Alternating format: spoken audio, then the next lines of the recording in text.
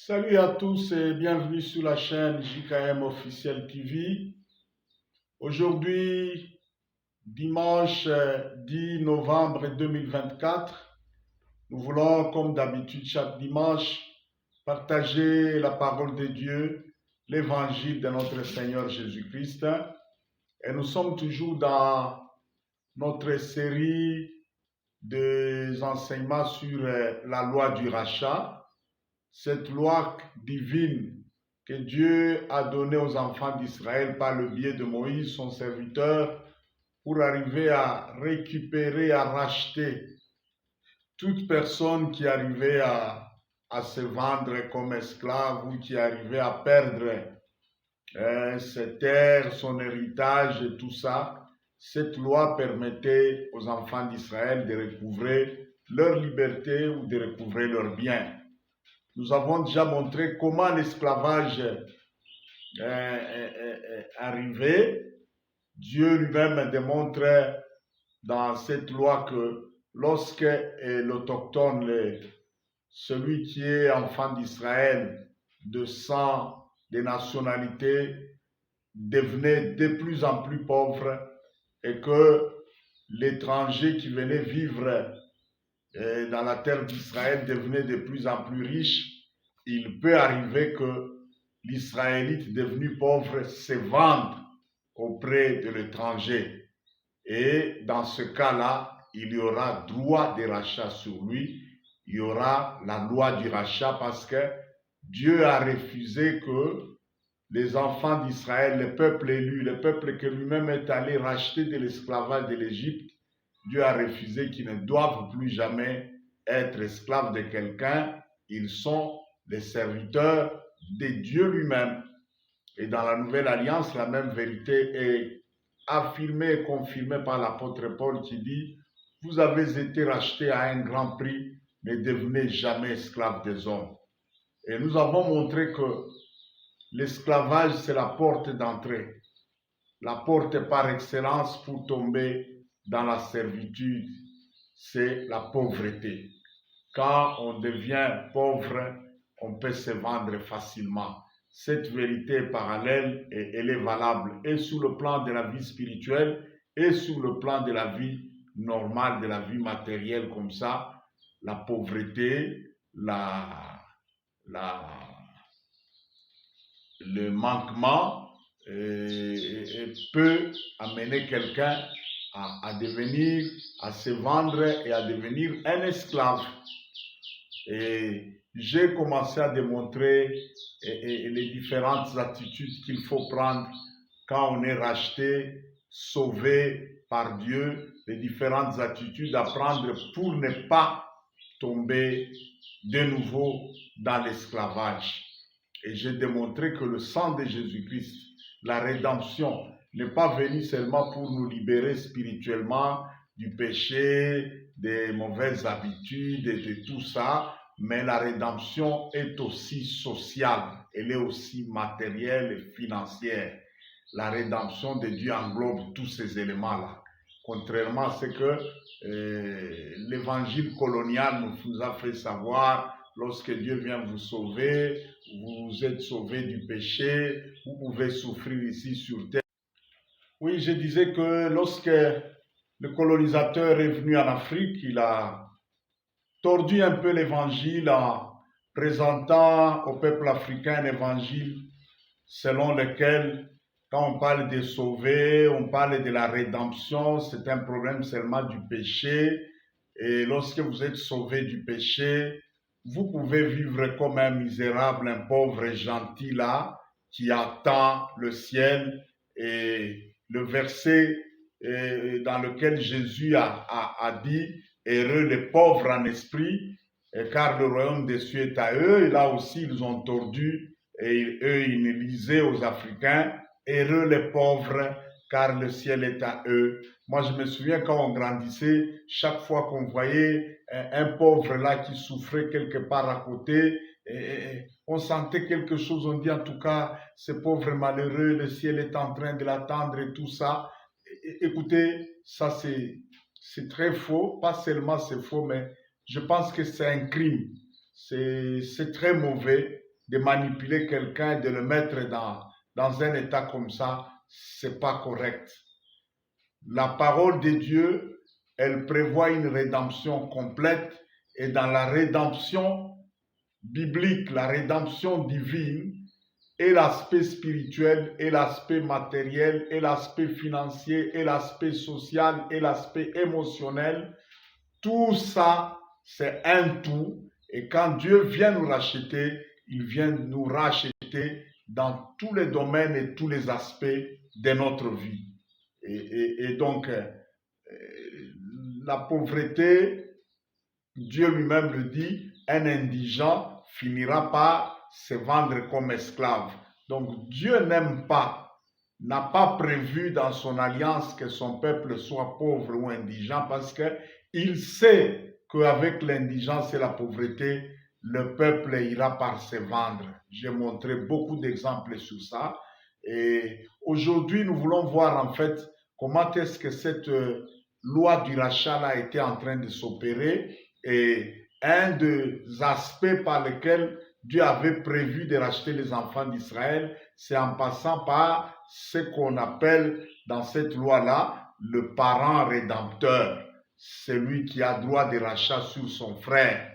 Donc, je vais lire quelques textes de la Bible et à partir de ça, vous allez voir et comprendre comment cette loi s'exerçait. Donc, nous allons lire d'abord dans le livre de Lévitique, Lévitique chapitre 25. Nous allons lire du verset 25 jusqu'au verset, nous lisons le verset 25, nous sautons et nous lisons les versets 47 à 49. Lévitique chapitre 25, nous lisons le verset 25, nous sautons et nous allons lire le verset 47 jusqu'à 49. Donc là, je lis la parole de Dieu, dit ceci: si ton frère devient pauvre, il vend une portion de sa propriété, son frère qui a le droit de rachat, son plus proche parent, viendra et il rachètera ce que son frère a vendu. Et maintenant, le verset 47 à 49, si un étranger, celui qui vient demeurer chez toi, devient riche et ton frère devient pauvre près de lui et qu'il se vende à l'étranger qui demeure chez toi ou à quelqu'un de la famille de l'étranger, il y aura pour lui le droit de rachat après qu'il se sera vendu. Un de ses frères pourra les racheter, son oncle ou le fils de son oncle ou l'un de ses proches parents pourra le racheter, ou bien s'il en a le moyen, lui-même pourra payer le droit et le frais de rachat et il se rachètera lui-même. En dehors de ce texte, veuillez lire le livre de Ruth, et c'est un petit livre qui a 4 chapitres seulement. Moi, je vais lire seulement 2 versets du livre de Ruth, Ruth chapitre 2, 19 à 20. Et sa belle-mère lui dit: où as-tu ramassé aujourd'hui et où as-tu travaillé? Béni soit celui qui s'est intéressé à toi. Et Ruth fit connaître à sa belle-mère chez qui elle avait travaillé. L'homme chez qui j'ai travaillé aujourd'hui, dit-elle, s'appelle Boaz. Naomi dit à sa belle-fille: qu'il soit béni de l'Éternel, l'Éternel qui se montre miséricordieux pour le vivant, comme il le fut pour ceux qui sont morts. Cet homme est notre parent, lui dit Naomi, il est de ceux qui ont sur nous droit de rachat. Il est de ceux qui ont un droit de rachat sur nous. Ruth chapitre 2, 19 à 20. Donc avec ces 3 versets, nous voulons voir comment la loi du rachat s'opérait. C'est juste un des aspects. Dieu a prévu que lorsque quelqu'un tombait dans l'esclavage, son frère proche, qui a droit de rachat sur lui, qui a le même sang, la même famille que lui, viendra, il va payer le prix de rachat et il va récupérer celui qui était tombé dans l'esclavage. Et si il avait aliéné ou perdu un de ses biens ou ses terres ou son héritage, Oui, nous allons exploiter ou expliquer le rachat par le parent rédempteur à partir du livre de Ruth. Dans ce livre-là, on parle de deux femmes qui toutes deux étaient veuves. La belle-mère et sa belle-fille. La belle-mère a perdu son mari. Elle est allée vivre, à cause de la famine, elle a fui sa ville Bethléem en Israël. Elle est allée vivre dans une terre étrangère qui s'appelle le pays de Moab. Dans ce pays-là, la présence de Dieu n'était pas là, les promesses de Dieu n'étaient pas là. Elle est allée vivre loin de la présence de Dieu. Et c'était comme une régression spirituelle qu'elle a connue. Et à la suite de cette régression-là, elle était partie avec son mari, avec ses deux fils. Ces deux fils sont allés se marier là au pays de Moab. Et curieusement, un malheur est tombé sur eux. Le mari de Naomi est décédé, elle est restée veuve, et tous ses deux fils sont décédés aussi. Elle est restée avec deux belles filles veuves. Elle a compris que je me suis éloigné de Dieu, et elle a décidé de retourner dans la terre bénie, la terre d'Israël, et plus précisément dans sa ville, à Bethléem. Et elle est revenue les mains bredouilles, veuve, n'ayant plus rien, ayant perdu tout l'héritage et les champs et tout ce qu'ils avaient là, ils avaient tout vendu et ils ont fui, ils sont partis. Maintenant, quand ils sont revenus, elle était d'un âge avancé, sa belle-fille a compris qu'on ne peut pas rester comme ça, on va mourir de faim. Elle est allée chercher en Israël, lorsque c'était pendant la période des moissons, on allait souvent ramasser les grains tombés derrière les moissonneurs. On laissait les pauvres ramasser ces grains-là comme ça, et on appelait ça glaner.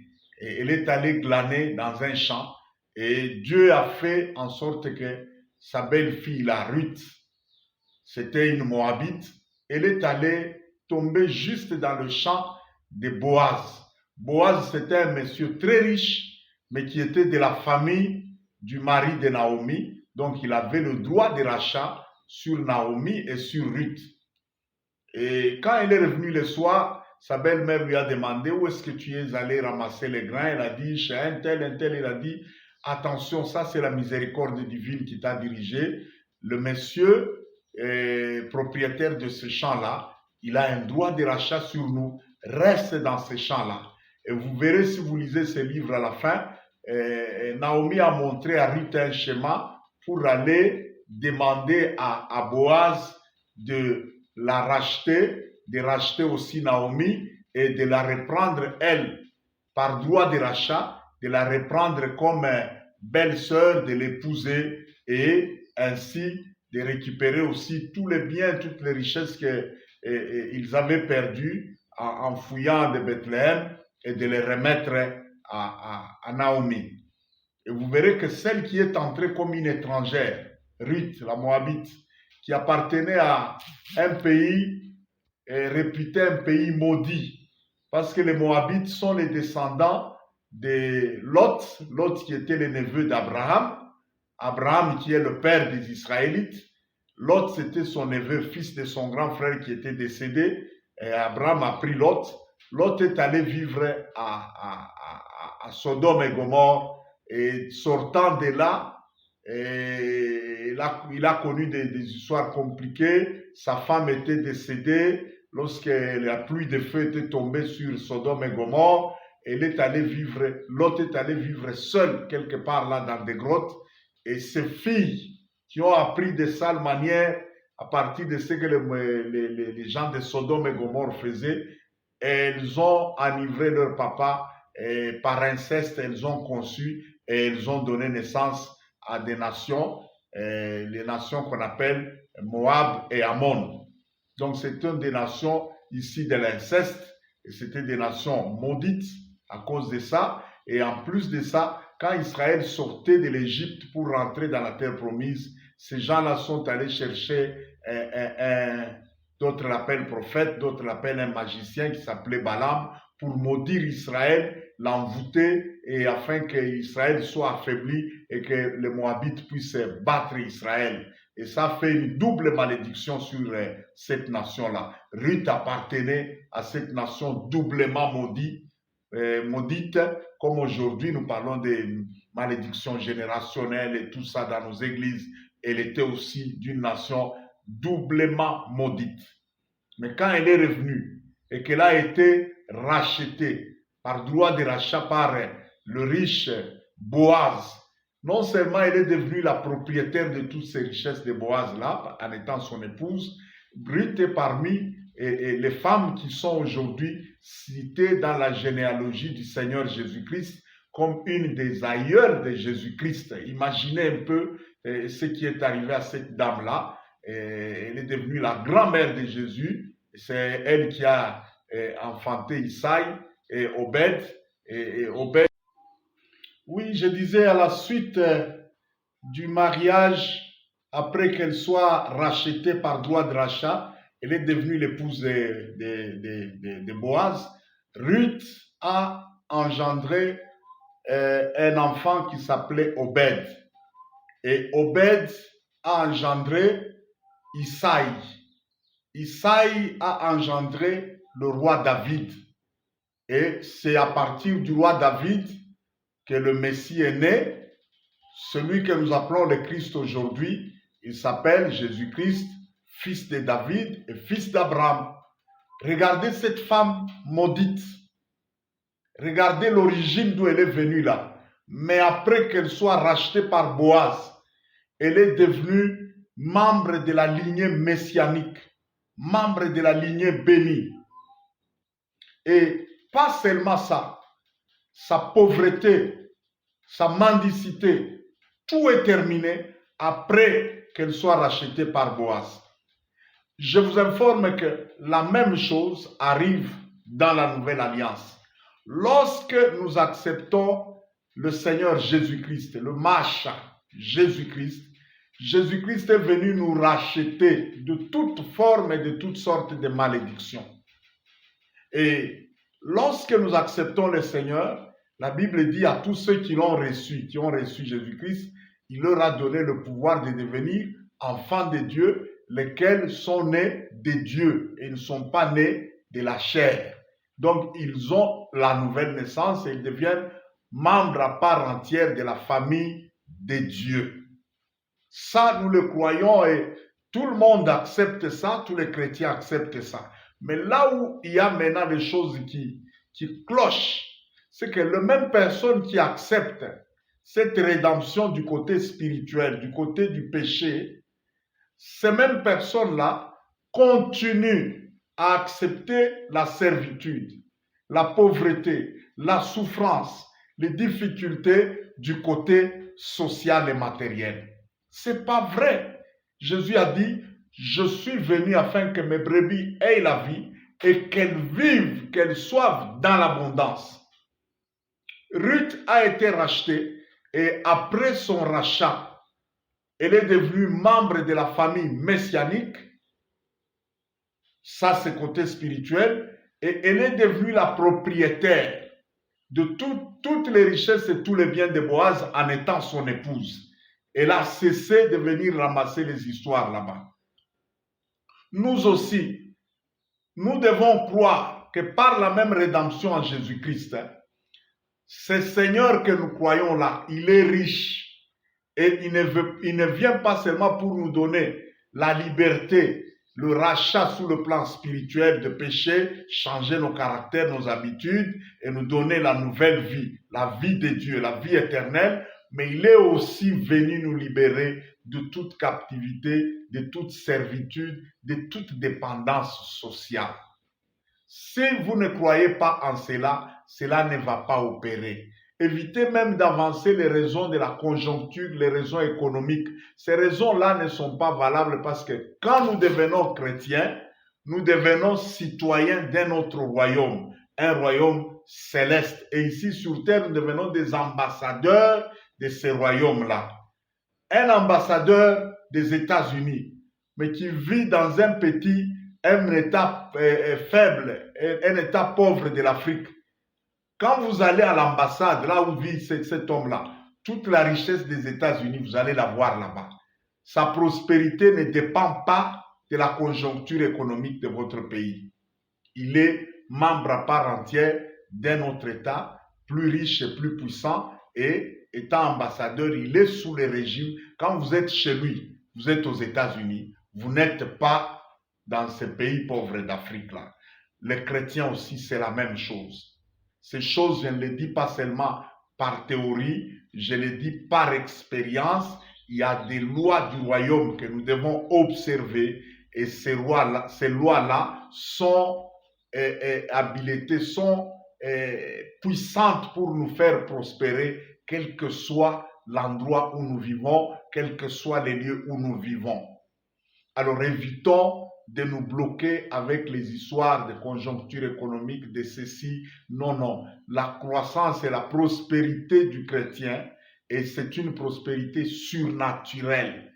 Elle est basée sur des lois surnaturelles. Elle n'est pas basée sur les lois économiques et les lois naturelles. Alors, ce que je vais vous demander, c'est quoi? Entrez effectivement dans l'alliance. L'alliance que Dieu nous a accordée par le sang de Jésus-Christ. Entrez-y.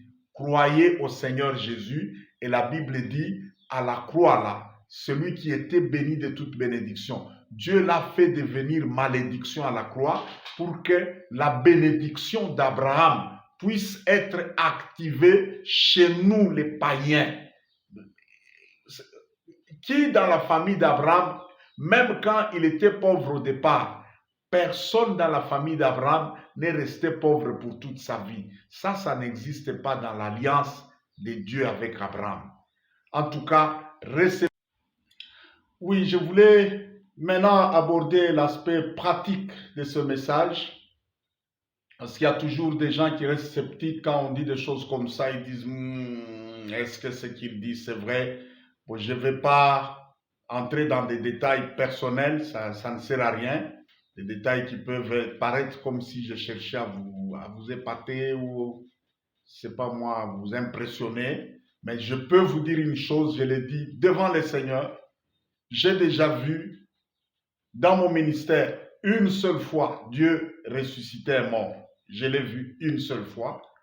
Mais je ne sais pas compter combien de fois j'ai vu les gens passant par mon ministère, j'ai vu Dieu amener les gens à la percée, à la délivrance financière, quitter la pauvreté pour devenir des personnes financièrement, pas seulement aisées, mais riches.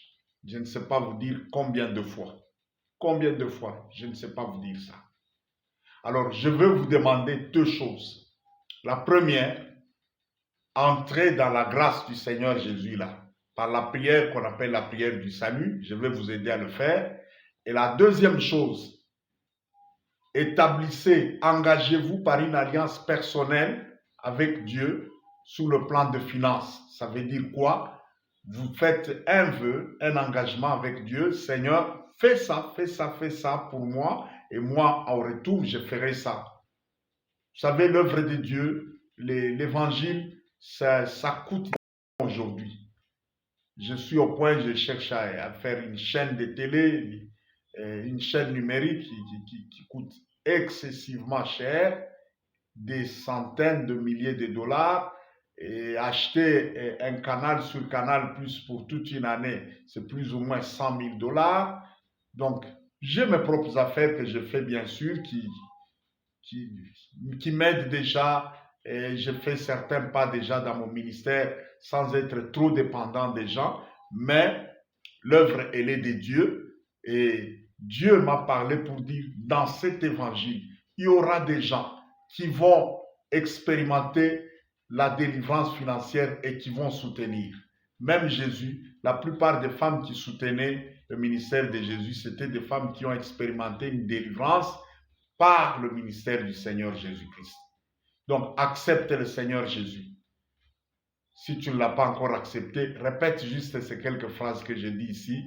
Seigneur Jésus-Christ, je crois que tu es le Fils de Dieu. Tu es mort à la croix pour mes péchés. Je t'accepte aujourd'hui comme mon Sauveur et mon Seigneur.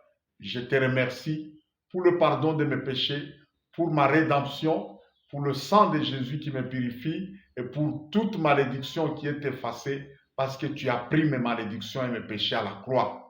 À partir d'aujourd'hui, je suis sauvé, je suis enfant de Dieu. Merci Père, au nom de Jésus-Christ. Bravo.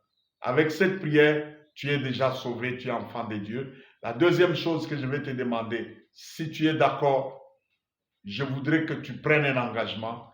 Moi, je veux que dans les 5 années à venir, que tu deviennes excessivement riche, que tu deviennes milliardaire et que tu soutiennes l'œuvre de Dieu. Bien sûr, tu as ton église, tu as là où tu pries et tout ça, mais dès que ça va s'accomplir, que tu sois parmi ceux qui vont financer le ministère, la vision, l'œuvre que nous faisons.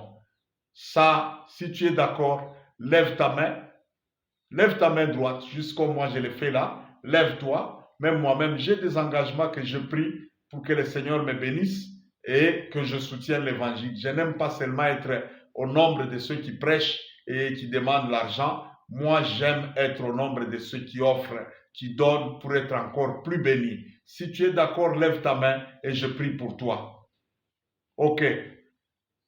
Que mon Dieu puisse te bénir.